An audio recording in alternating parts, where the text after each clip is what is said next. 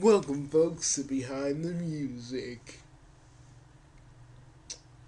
Well, since this is Bugsy's own version of Behind the Music, where we look at other characters from the multiverse that actually had song careers. First, we're starting with Harima. Well, many of you know Harima from School Rumble, but do a lot of you know before all the misadventures of Tenma that Harima was actually a successful rapper at one point. And this is the story. This is his story. Alright. You guys want me to just stop over here? Okay. Harima started when me and Ani were kind of on our own after my old misadventures with certain places and after Ani's brief porn escapade. We heard Harima rap, and honestly, we just did what we normally would do at that point.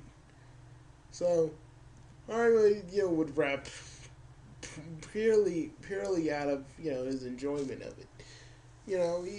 He'd do a whole bunch of different raps like he'd rap about me, he'd rap about Ani, he'd rap about anybody who he knew, and he'd go with it.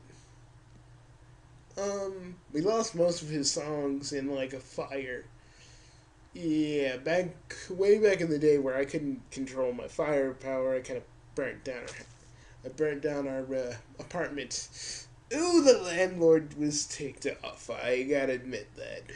Um, but after all that, we still did songs, and after a while, I became Harima's manager, and I would sometimes rap along with them. The thing about Harima that y'all need to understand is that he's really emotional. He's a really emotional person. He can kick your butt. He'll kick your butt at any given moment, but he's a really emotional person. To everybody, that knows him knows this. He didn't tell yesterday he was like, yesterday he really wants to rap again, and I was like, okay, we'll see what we can do with that. Yeah. Am I done here? Well, a lot of things that Harima's done in his concerts with Bugsy. Bugsy had his own singing career, but we will downplay that for the sake of this. For the sake of this part, this is like a multi-part series of everything you're going to hear about Harima's rap career. See, when I rap, folks, it really comes from a deep emotional thing. Because a lot of you don't know this, Bugsy rewrote the universe. So in that version's timeline, I had a lot of things to rap about, like our home planet being destroyed and a whole bunch of other stuff. But Bugsy rewrote the timeline, and I still remember being a rapper, and it's still present, and I still have those gold records I hang in my house. So yeah, I guess they still remember me as a rapper. But for some reason, I don't remember what I used to rap about in this timeline. But I know what I rapped about in the other timeline. And Bugsy said it was all the same songs.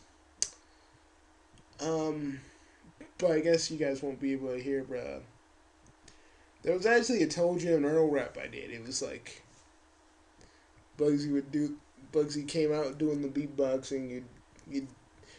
Back then he was really good at beatboxing.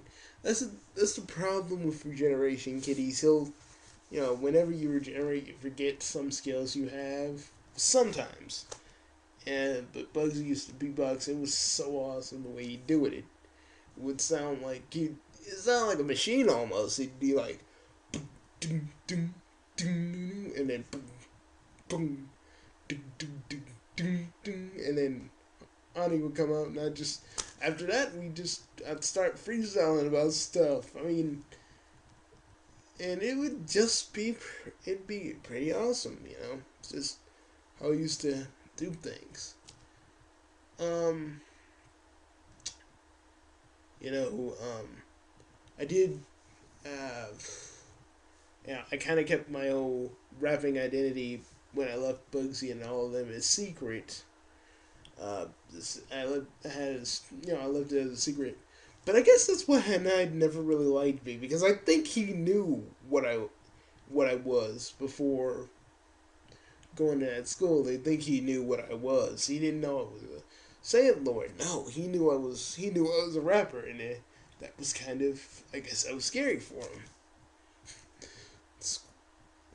For for us geek, and I'm not talking about Bugsy. I'm talking about Hanai's stupid self, thinking I was in love with Yakumo. But I started doing comic books. But you guys probably want to hear about all the good stuff that I used to do. Well, I remember Bugsy rented a tour bus, and this tour bus was like a freaking house. It had Bugsy brought his Sega Genesis. There was actually a TV. It was more like an RV. I think it was an RV. I just don't remember details and everything. And the thing is, he had he would bring his buddy. His name started with a G. It was it was his friend Geen, and we found out he was our half brother. He he would kind of be like our roadie half the time. You know, Bugsy would come out and chime out with his own songs, and somehow he had his own little music career. You know, we'd all it's not like he'd be the opening act, and people liked him and liked me. We just kept doing what we did. Um, the one thing you really need to know about me is another thing you need to know about. I don't like rap nowadays because I feel like there's nothing to it anymore. There's no substance anymore. I mean, people used to rap about something that really was relevant and poignant. Now it's all, yeah, Versace, oh my god, big booty. Dudes talking about jizzing and all this other stuff. I'm not saying my rap was ever clean, but Jesus, people. You guys are running out of ideas. Well, but it's just how it is. You know, Eminem kind of reminding everybody about. Eminem is a little bit better than everybody. You know, me, I didn't really have a lot of stuff, so I didn't do one of my brag reps. I got this, I got a gold chain, all the crap you hear nowadays. It was just kind of like deep emotional crap. Dudes would be. I remember I was touring this one place, and dudes were crying this one song I did. It was I think it was Soul Obliterator. Yeah. So now Soul Obliterator was this thing I did. Was the song I did. It was very deep and emotional. I kind of sampled one of Bugsy's songs to do it. It was I sampled his "Wrong Side of the Wind" song. Oh, I don't think Bugsy's ever told anybody about "Wrong Side of the Wind." I hope I'm not in trouble.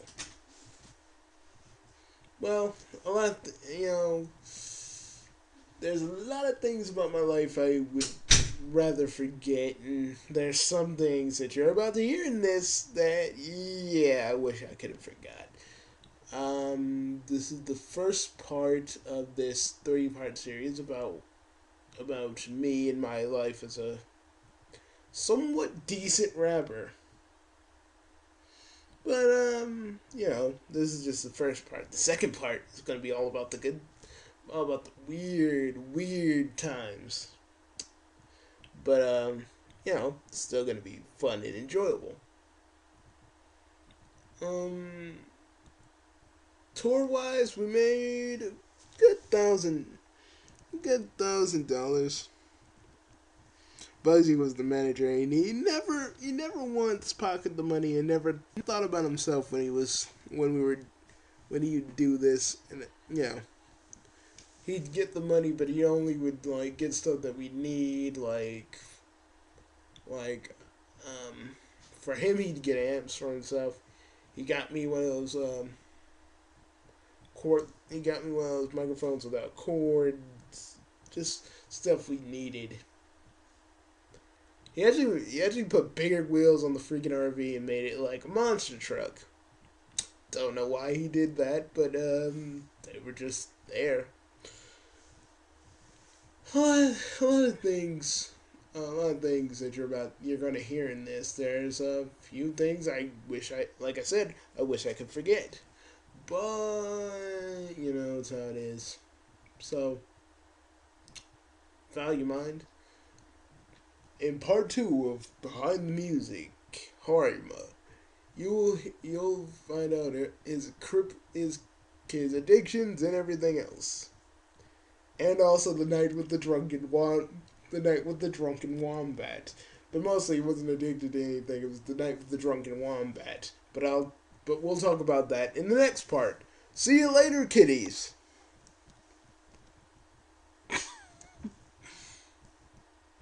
This is gonna be awesome, kitties.